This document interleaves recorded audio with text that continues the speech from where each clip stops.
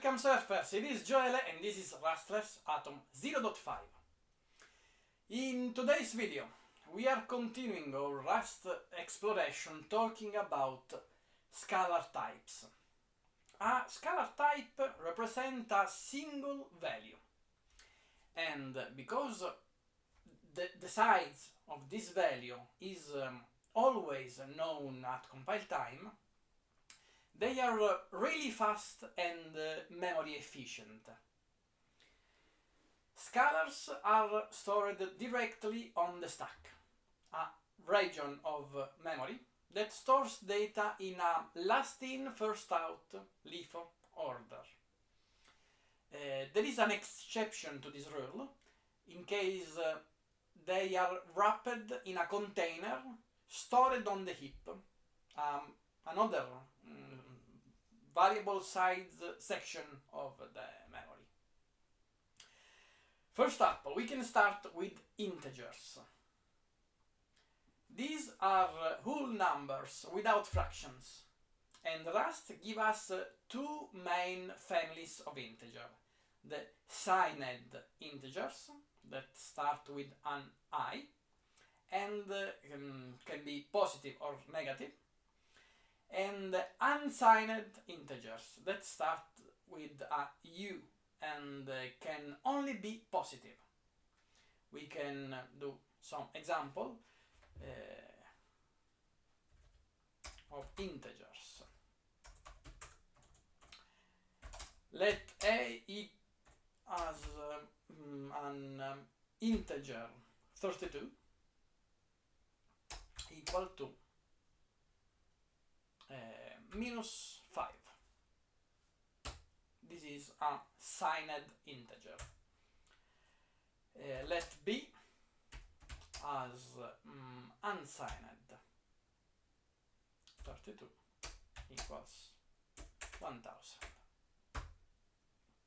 These are two examples of integer. The number after the letter tells you how many bits the type uses. For example, in this case, this variable uses 32 bits. Also in this case, the variable uses 32 bits, but it can represent a bigger number because we have only positive number and not negative number. I can write also something like this. You'll notice underscores are allowed and they don't change the number. They just make the number easier to read. There are also other two kinds of integers, the I-sides and U-sides integer. I-sides and U-sides. Perfect. These types depends on your computer's architecture. On most modern systems, I-sides means that the variable is a 64 bits variable. This kind of value of integers are especially useful when working with collection indexes. By default, if you don't specify, Rust use I32. So, if I write something like this, let f equal to 500. In this case, this is a I32 integer, the default value. And there is something really important about this kind of values: the overflow management. In debug mode, Rust will panic if an integer overflow. In release mode, Rust uses the two's complement wrapping. So, for example, with U8, if you do something like this, let's overflow U8.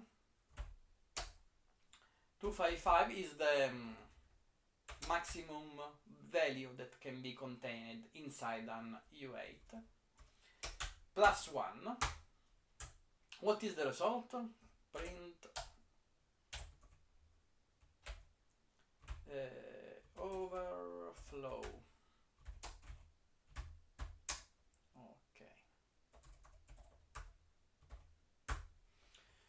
If you are in debug mode, this statement simply panic. If you are in release mode, this value become 0. It wraps back around to 0. If we would, we can test it.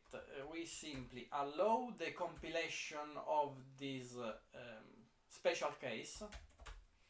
Allow arithmetic overflow.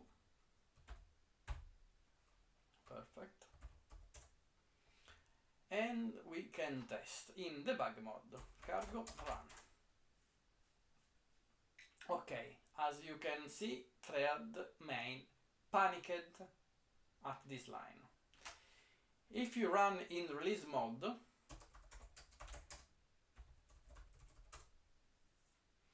as you can see, Rust simply wrap back around to 0 to represent this value that overflow the maximum size of a U8. Next, scalar type, the floating point numbers. These are numbers with decimal, very easy. Rust gives us two options.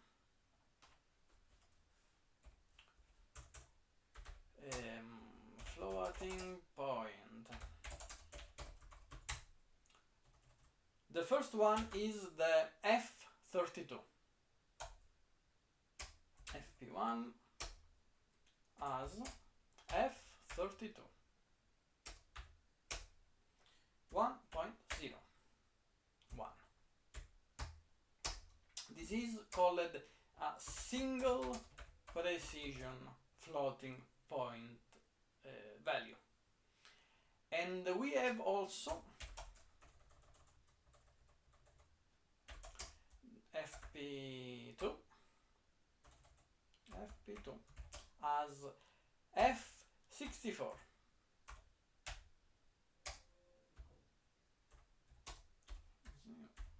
Okay.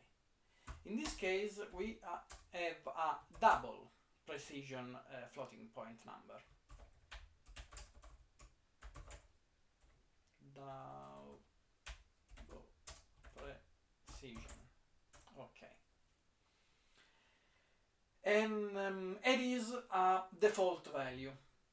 Rust pick F64 automatically because on modern CPUs it's just as fast as the F32 but with more precision.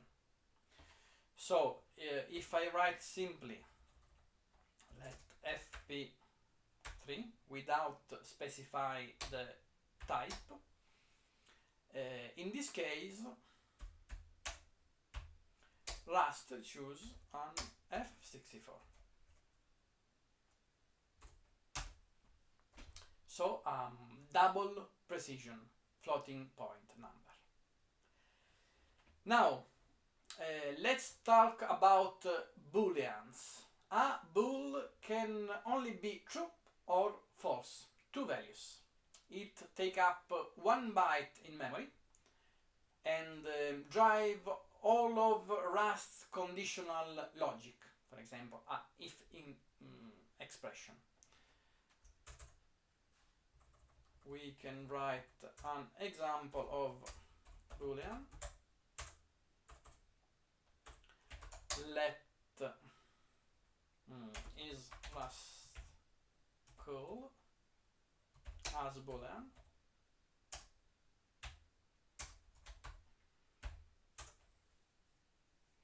And we can use it in a if statement.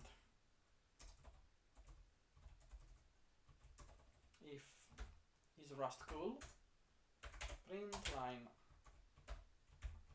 is Rust is cool.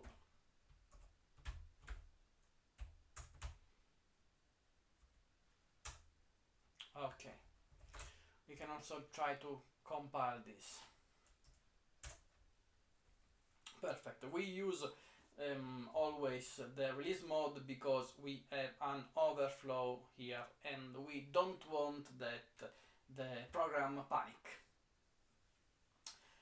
Finally, let's look at characters or char.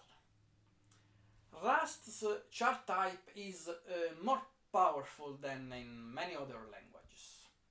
It represents a single Unicode scalar value, which means it can handle far more than just ASCII letters. You can store symbols, letters from other languages, and even emoji. Every char is always 4 bytes in size, and you can write them using single quote. We can do an example here with characters left C1 char equal to A, this is a simple character, and we can do something fancier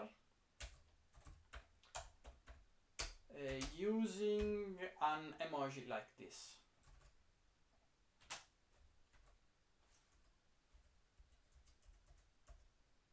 Okay, perfect.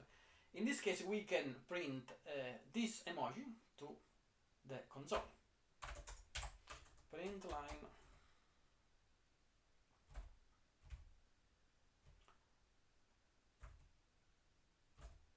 laptop.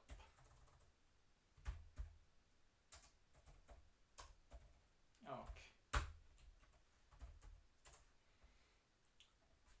Try to run also this, and we have our laptop in the console. Perfect. For today's video it's all. See you in the next atom, and don't forget to keep your thinking up.